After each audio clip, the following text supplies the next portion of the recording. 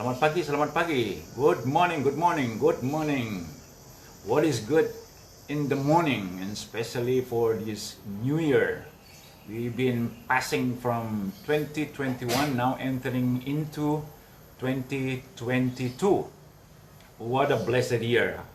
Selamat pagi teman-teman. Gimana, sehat, semangat kah? Pastinya ya. Kita baru saja melintasi ataupun meninggalkan tahun 2021 dan sekarang ini hari ketiga kita sudah masuk pada tahun 2022. Apa kenangan dari 2001 dan apa yang akan mau digapai 2022? Ada satu prinsip yang sangat luar biasa sekali ya teman-teman. Dengan kata lain begini, supaya kita lebih sukses lagi dalam memasuki 2022 ini, kita harus bertekad untuk total meninggalkan 2021, dan itu jangan lagi dibawa kepada hari ini, sehingga harapan kita besok itu pasti tercapai, khususnya ketika kita mau berjalan bersama-sama dengan Tuhan. Kenapa mesti harus berjalan bersama-sama dengan Tuhan? Seperti apa yang sudah difirmankannya bahwa I am the way, the truth, and the life. Jadi dengan kata lain, aku adalah jalan, kebenaran, dan kehidupan itu. Jadi memang yang sesungguhnya lah, kalau kita mau menjadi seorang yang bijak ataupun bijaksana, yang sudah sepatutnya kita mau mengambil jalan di mana Tuhan menghendaki kita untuk berjalan. Karena pagi yang sangat luar biasa ini, kita akan mendengarkan firman Tuhan itu dari Kejadian pasal 4, di mana nanti akan kita dengarkan di pasal 4 ayat 4 ini, yaitu mengenai kehidupan daripada si Habel. Nah, ternyata si Habel itu menentukan jalannya ketika dia diberikan kesempatan supaya jalan ke depannya itu akan bisa mendapatkan suatu kesempatan kepada yang lain juga. Tapi sebelum itu teman-teman, aku mau cerita ini dengan pengalaman yang ada. Waktu aku masih SD, waktu aku masih kecil, di kampung kami sana itu namanya Kota Rantop Rapat di Kabupaten Labuan Batu, di mana aku lahir di sana dan tumbuh di sana, dan di sana itu ada 2 bioskop. Nah, yang satu yang dekat rumah, ya sebenarnya dua-duanya di dekat rumahku, karena memang kami pas di kotanya kan. Yang satu di bioskop Ria namanya, dan yang satu lagi di bioskop nasional. Ada satu yang signifikan, yang sangat menarik sekali, bisa kita perhatikan di sana. Nah, di dalam gedung bioskop itu selalu ada pengumuman. Pengumuman tergantung daripada film yang akan mereka tayangkan. Nah, kalau itu filmnya anak-anak, itu boleh, semua umur boleh masuk. Kalau itu film India, biasanya semuanya boleh masuk. Kalau itu film koboi, itu pun tergantung. Nah, tergantung daripada ceritanya. Kalau memang dibuat di sana itu tanda hanya untuk orang dewasa, berarti anak-anak tidak boleh masuk. Tapi kalau sudah dibilang itu untuk semua umur, ya boleh semuanya masuk. Yang aku suka satu di antaranya itu ketika pengumuman itu diberikan, memang seharusnya yang orang yang melaksanakan, yang mau menerima karcis-karcis masuk itu harus menekankan untuk, kalau dia untuk orang dewasa nggak boleh anak-anak masuk. Memang ditekankannya nggak boleh anak-anak masuk, walaupun sudah dibelikan tiket itu harus dikembalikan. Yang orang yang jualan tiket pun juga mengatakan ini untuk orang dewasa. Arti kata begini, supaya orang itu bisa masuk ke dalam bioskop itu dan menonton film yang sudah disediakan itu, tergantung daripada pengumuman yang ada. Biar bagaimanapun juga, anak kecil tidak boleh masuk kalau memang itu untuk orang dewasa. Jadi harus sesuai dengan aturan yang ada. Itu pasti. Nah, pagi yang sangat luar biasa ini pun juga demikian karena adanya satu aturan. Dan aturan ini yang menentukan orang itu pasti bisa masuk ataupun tidak bisa masuk ataupun tidak boleh masuk. Nah, kita lihat di sini teman-teman, cerita yang sesungguhnya itu pengalaman yang sangat luar biasa dialami oleh orang tua daripada si Kain maupun si Habel, yaitu si Adam dan Hawa, bagaimana pengalaman mereka, dan mereka ini menceritakan kepada anak-anak mereka tentang kebenaran adanya Tuhan membuat satu aturan sehingga anak-anaknya ini pun juga harus mengikuti aturan itu karena si Adam dan Hawa pun mengikutinya. Nah, kebacakanlah dulu di sini teman-teman. Jadi topik kita pagi yang sangat luar biasa ini, si Habel pasti masuk surga. Itu ceritanya kita pagi hari ini. Si Habel pasti masuk surga. Nah, kebacakan ya. Di mana fakta yang ada di pasal 4 ayat 1 sampai 4, kebacakanlah dulu sejenak ya. Kemudian manusia itu bersetubuh dengan Hawa, istrinya, dan mengandunglah perempuan itu, lalu melahirkan Kain. Maka kata perempuan itu, aku telah mendapat seorang anak laki-laki dengan pertolongan Tuhan. Selanjutnya dilahirkannya lah Habel, adik Kain. Dan Habel menjadi penggembala kambing domba, Kain menjadi petani. Setelah beberapa waktu lamanya, maka Kain mempersembahkan sebagian daripada hasil tanah itu kepada Tuhan sebagai kurban persembahan. Ayat 4. Habel juga mempersembahkan kurban persembahan dari anak sulung kambing dombanya, yakni lemak-lemaknya. Maka Tuhan mengindahkan Habel dan korban persembahannya. Itu. Ayat 5. Tetapi Kain dan korban persembahannya tidak diindahkannya. Lalu hati Kain menjadi sangat panas dan mukanya muram. Jadi kita lihat di sini itu ada dua hal yang sangat menakjubkan di kejadian ini, yaitu bahwa Tuhan sudah memberkati si Adam dan Hawa dengan dua anak laki-laki, dengan karakter mereka masing-masing, dengan profesi mereka masing-masing, dan dengan kehendak mereka masing-masing. Walaupun jalur itu sudah diajarkan kepada mereka, karena memang ini yang akan menentukan tujuan daripada kehidupan itu. Nah, setelah apa yang sudah kita dengarkan tadi itu, bahwa si Habel adalah penggembala kambing domba, sedangkan si Kain adalah petani.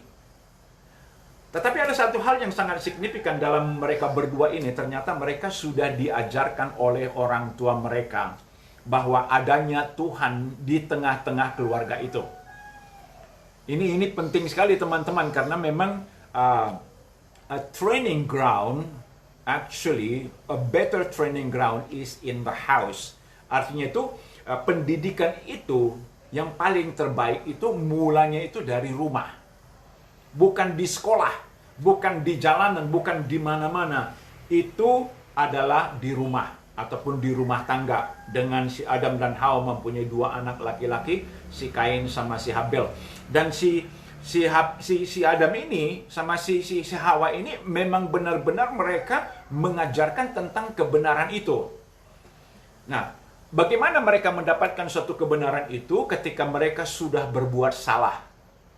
Akan tetapi Tuhan pun mau memperbaiki kesalahan itu dengan memberikan kesempatan kepada si Adam dan Hawa agar mereka pun mendapatkan suatu kesempatan bisa dibenarkan.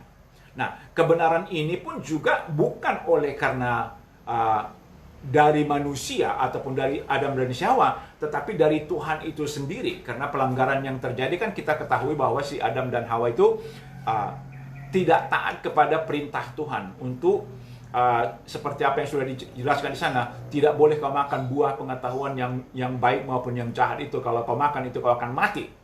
Mereka makan. Nah, solusi untuk mereka itu kembali kepada Tuhan itu tidak bisa lagi.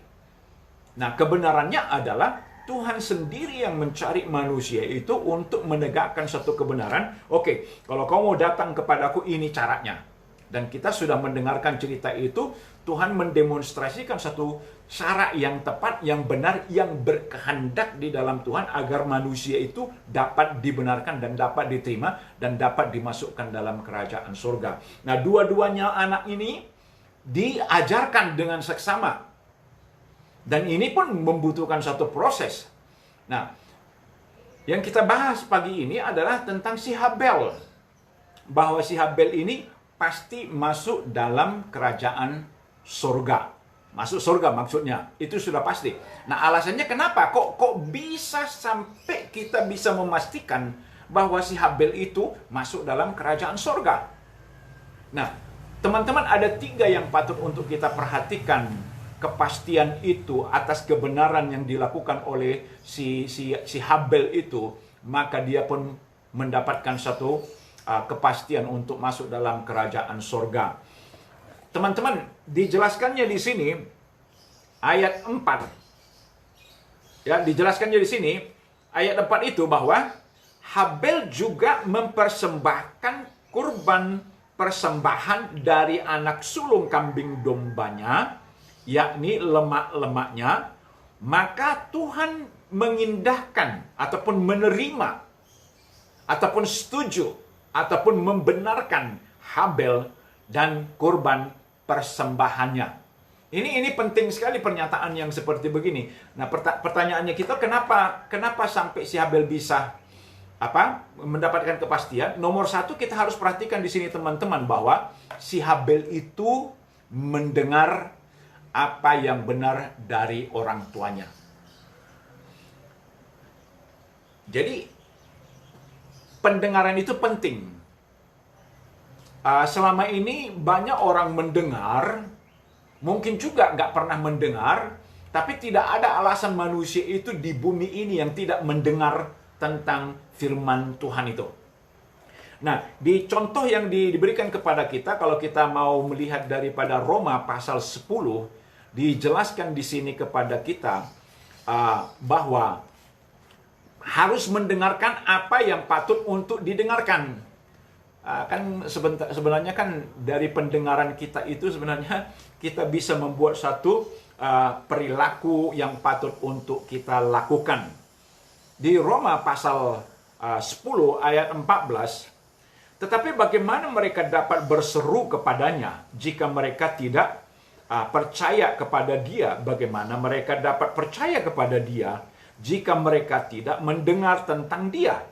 Bagaimana mereka mendengar tentang dia jika tidak ada yang memberitakannya? Ayat 15, dan bagaimana mereka dapat memberitakannya jika mereka tidak diutus? Seperti ada tertulis, betapa indahnya kedatangan mereka yang membawa kabar baik. Ayat 16, tetapi tidak semua orang telah menerima kabar baik itu. Yesaya sendiri berkata, Tuhan, siapakah yang percaya kepada pemberitaan kami? Ayat 17, jadi katanya, iman timbul daripada pendengaran, dan pendengaran oleh firman Kristus. Tetapi aku bertanya, adakah mereka tidak mendengarnya? Memang mereka telah mendengarnya, suara mereka sampai ke seluruh dunia. Jadi dengan kata lain teman-teman, kalau di zamannya si Adam dan Hawa ini kan masih orang tua sama anak, pasti jelas sekali didengarkannya. Arti kata itu apa yang didengarkannya di sini itu bahwa Tuhan sudah membenarkan cara yang tepat untuk seseorang itu bisa diselamatkan, bisa masuk dalam kerajaan surga. Dan si Habel ini bukan hanya dia mendengar, tetapi dia mengerti. Dan kita lihat di sini tuh teman-teman bahwa, kubacakanlah dulu sejenak ya. Bukan hanya dia mendengar, tapi dia mengerti.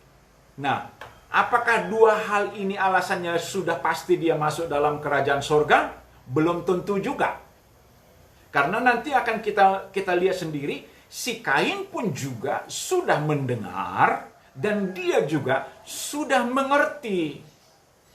Kalau kita mau melihat daripada keseluruhan di bumi kita ini, memang tidak ada alasan buat manusia itu untuk mengatakan aku tidak pernah mendengarkan tentang rancangan keselamatan yang sudah disiapkan oleh Tuhan itu dari Taman Eden maupun di zaman kita ini sekarang.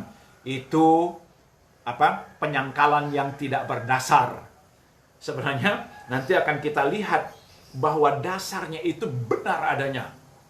Nah, si Habel dia mendengar dan dia mengerti. Kubacakan ya teman-teman ya biar enak kita sedikit.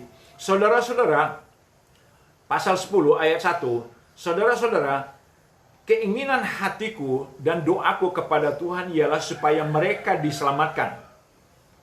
Sebab aku dapat memberi kesaksian tentang mereka bahwa mereka sesungguhnya giat untuk Allah, tetapi tanpa pengertian yang benar. Ini yang dimaksudkan oleh si Paulus ini yang menulis ini, hasratnya itu supaya semua orang mau dapat diselamatkan karena dia sendiri pun sudah diselamatkan dan dia adalah orang Israel, dia adalah orang Benjamin yang bagian daripada suku bangsa Israel itu. Dan dia menjelaskan di sini tentang Israel itu sudah mendengarkannya, sudah mendengarkan tentang keselamatan itu, yang bagaimana Tuhan itu sudah memilih bangsa itu dari jalur bangsa Israel inilah akan keluar, akan muncul seorang juru selamat.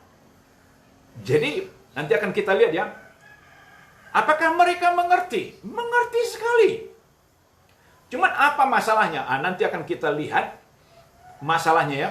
Jadi yang jelas itu si Habel mengerti, si Habel mendengar, dan si Habel mengerti akan keselamatan itu yang patut untuk diperhatikannya dan itu yang patut untuk dilakukannya. Nah, oleh karena itu teman-teman, dijelaskannya di sini itu bukan hanya dia mendengar, tapi dia juga mengerti. Dan yang kuteruskan aku bacakan di sini ya. Perlu pengertian itu. Apa pengertiannya itu? Karena ini sudah difirmankan, karena ini sudah diceritakan, karena ini sudah diberitakan. Kalau si Habel itu dari bapaknya, dari mamanya. Kalau bangsa Israel itu dari si Musa, dari si Abraham, Ishak dan Yakub. Kalau dari kita ini sekarang sudah jelas sekali, itu berita itu sudah ada di kayu salib. Bagaimana Tuhan itu menjadi manusia untuk hidup di tengah-tengah kita, di dalam kehidupan umat manusia di zamannya dia itu, boleh dikatakan 2000 tahun yang lalu. Dan ini sejarah yang benar, ini fakta yang benar.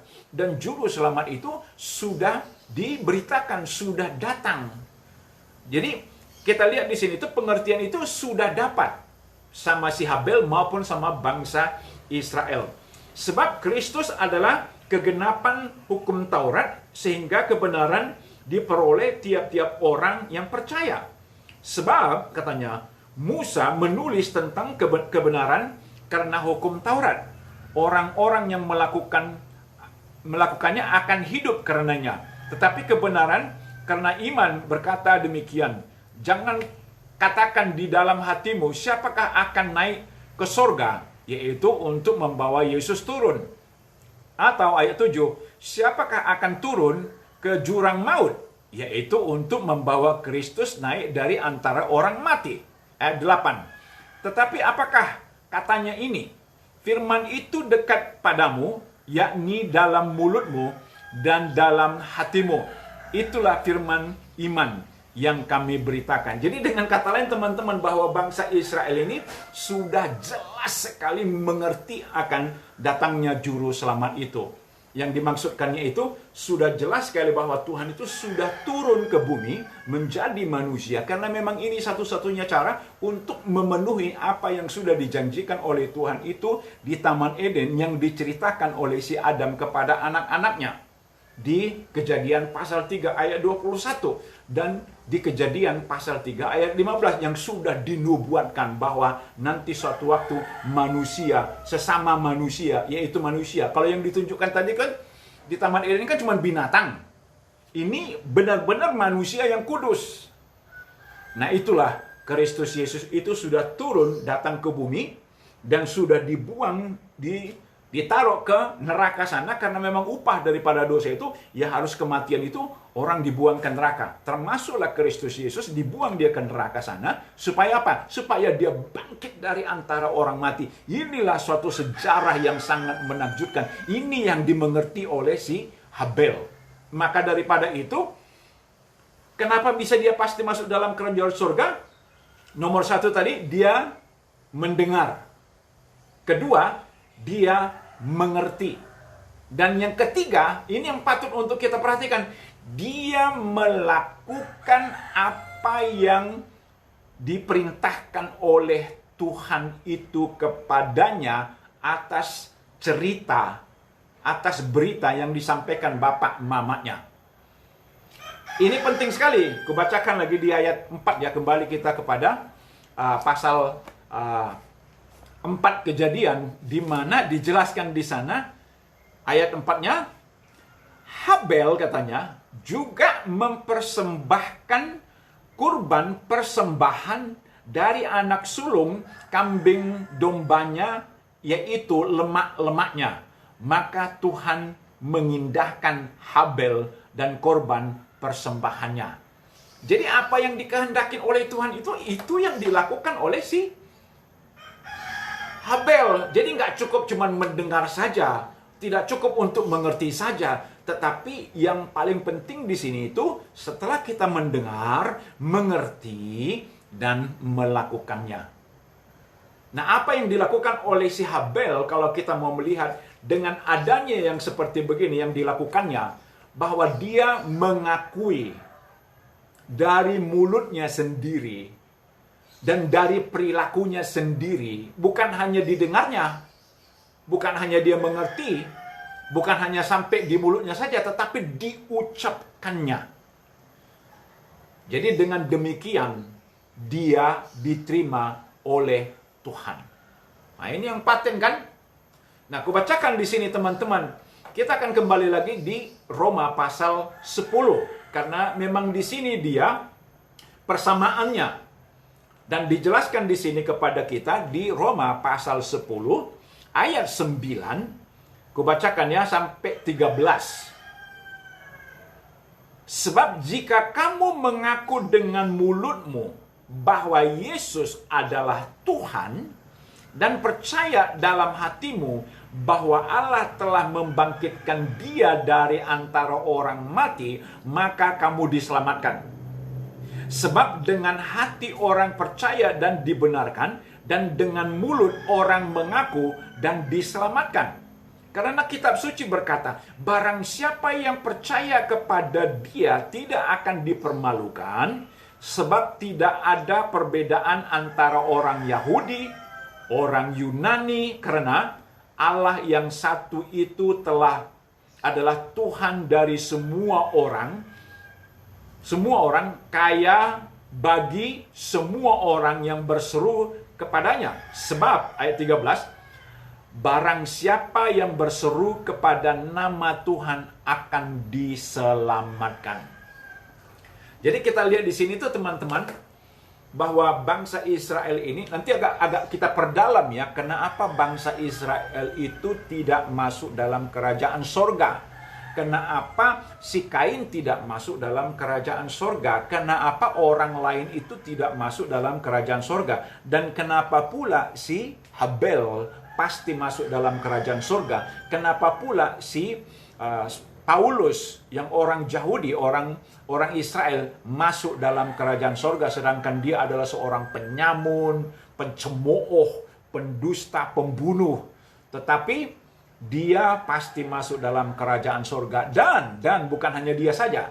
Kita pun yang mau mengakui dosa kita dan mau mengakui bahwa Yesus itu adalah Tuhan, tidak dipermalukan, akan tetapi diselamatkan. Ini dasar kebenaran.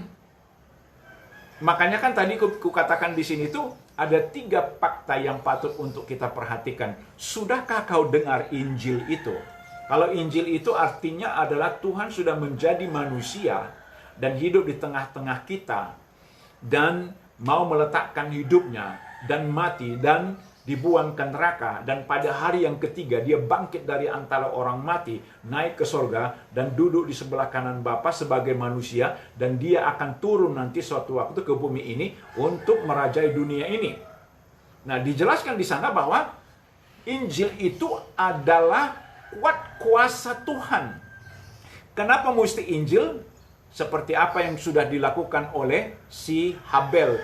Itulah Injil yang sesungguhnya. Kalau di zamannya si Habel kan itu cuman bayangannya saja. Karena dia percaya bahwa suatu waktu nanti Tuhan akan menyembelih manusia yang kudus untuk menebus dosanya. Sedangkan yang binatang kan cuman untuk menutupi dosanya. Teman-teman, ini kebenaran. Ini bukan kedongengan, tidak. Nanti kita lihat dongeng ataupun perilaku daripada si Kain maupun kepada bangsa Israel. Kenapa mereka tidak bisa masuk dalam kerajaan surga? Karena pada dasarnya mereka tidak percaya. Tapi si Habel bukan hanya percaya saja, dijelaskan tadi sama kita di sini, kubacakan sekali lagi bahwa si Habel dengan seksama atas pengertiannya, atas pendengarannya, dan atas imannya, artinya dia melakukan. Sebab jika kamu mengaku dengan mulutmu bahwa Yesus adalah Tuhan dan percaya dalam hatimu bahwa Allah telah membangkitkan dia dari antara orang mati, maka kamu akan diselamatkan. Karena dengan hati orang percaya dan dibenarkan, dan dengan mulut mereka mengaku dan diselamatkan. Maka daripada itu teman-teman, di Matius dijelaskan di sini kepada kita ada dua jalan. Yang satu jalannya yang lebar sekali itu, dan banyak sekali orang berbondong-bondong mengikuti jalan itu. Tapi ujungnya adalah jurang ke neraka. Dan banyak orang ke sana. Nah, pertanyaannya kita kan, kenapa sampai demikian? Apakah mereka sudah mendengarkan daripada Injil itu, ataupun berita baik itu, ataupun berita keselamatan itu yang dari Tuhan? Sudah. Sudah didengar mereka? Sudah. Apakah mereka mengerti? Mengerti. Nah, masalahnya apa? Nah, nanti hari Senin depan kita akan membahas itu lagi ya. Karena memang aku ada sedikit mau mencoba ini. Nanti hari Jumat aku di Instagramku, aku mau bercerita tentang firman Tuhan itu, tapi di bahasa Inggris. Sekalian aku nyanyi dikit-dikit lah gitu. Jadi kita lihat di sini tuh, kenapa orang sampai mengikuti? Karena pada dasarnya manusia itu mau bersatu untuk membuat jalan sendiri menuju ke Tuhan, nggak tiba di sorga. Makanya kalau kita mau melihat dari kasat mata di neraka sana, itu banyak sekali raungan-raungan manusia yang melolong. Tapi sudah nggak bisa keluar lagi dari sana, karena keputusan itu ketika mereka masih hidup. Sama seperti si Habel. Nah, tentang kematiannya, dia dipastikan oleh Tuhan untuk masuk dalam kerajaan sorga. Jadi kita lihat di sini teman-teman, ada jalan yang kecil. Memang di Matius dijelaskan di situ, ada jalan yang kecil, ada jalan yang lebar. Yang lebar itu banyak orang ikut ke sana dan ujungnya ke jurang. Sedangkan jalan yang kecil ini, dia mendengar dan mengerti dan melakukan apa yang diperintahkan oleh Tuhan kepada orang-orang yang mau mengakui dosanya, mau mengakui Yesus sebagai Tuhan dan Juru Selamatnya pribadi. Dia berjalan ke jalan yang sempit, tapi tujuannya ke dalam hidup yang kekal. Teman-teman, kita harusnya mau memulai kehidupan itu di tahun 2022 ini. Jangan lagi kita pakai masalah yang kemarin, karena masalah yang kemarin mungkin kita sudah pernah mendengarkan tentang Injil itu, dan kita mengerti, tetapi tidak mau percaya, tidak mau mengakui. Karena persyaratan ini adalah iman. Iman itu artinya kita percaya apa yang dikatakan oleh Tuhan itu benar adanya, dan ini membawa keselamatan kepada manusia yang mempunyai iman kepada Tuhan. Bukan mempunyai iman kepada manusia, bukan mempunyai iman kepada tradisi. Nanti akan kita lihat di sana bagaimana si Kain pasti tidak masuk dalam kerajaan sorga, tetapi dia pasti masuk ke dalam neraka. Kalau dipikir-pikir, loh, kenapa sampai demikian? Katanya Tuhan mengasihi, takkan diizinkannya manusia itu dibuang ke neraka. Betul itu kawan, memang Tuhan sangat mengasihi manusia itu, makanya diajarin, makanya dituntun, makanya dikasih tahu, supaya kita mendengar, supaya kita mengerti, dan melakukan apa yang diperintahkan oleh Tuhan itu. Iyalah pula kan, kayak aku bilang tadi itu, masuk ke bioskop itu, kalau nggak aku dengarkan itu, karena memang di kampung aku itu memang banyak juga anak-anak yang masuk dalam film-film orang dewasa, padahal itu dilarang. Jadi sebelum mulai film itu, datanglah petugas, kalau nggak polisi, tentara kan, masuklah ke dalam bioskop itu kan, terus dibuatlah terang itu lampunya semuanya sebelum filmnya dimulai. Dicek semuanya, ada yang anak-anak masuk dalam tempat duduk itu masih ketahuan juga. Diambilinlah mereka, diambillah kami dari sana dan dikeluarkan. Karena memang nggak boleh. Jadi dengan kata lain, kalau yang benar itu tetap benar. Iman datangnya daripada pendengaran firman Tuhan. Jadi terima kasih banyak teman-teman yang sudah mau mendengarkan daripada firman Tuhan ini di tahun 2022. Sekali lagi aku mengingatkan kita, buang masa lalu, jangan dibawa lagi sekarang. Karena masa lalu itu sudah selesai. Dan mulailah kita kehidupan itu bersama-sama dengan Tuhan. Karena apa? Karena Tuhan yang tahu jalan. Jadi teman-teman, terima kasih. Harapanku kau menyukai ini dan mau menceritakannya juga, men-share juga kepada teman-temannya, dan juga men-subscribe agar kita pun bisa mendengarkan lebih lanjut lagi tentang pandangan Ucok atas kebenaran daripada firman Tuhan itu. Terima kasih dan selamat beraktivitas. Percayalah kepada Tuhan, karena hanya Dia sajalah kebenaran yang patut untuk kita percaya. Terima kasih. Nice.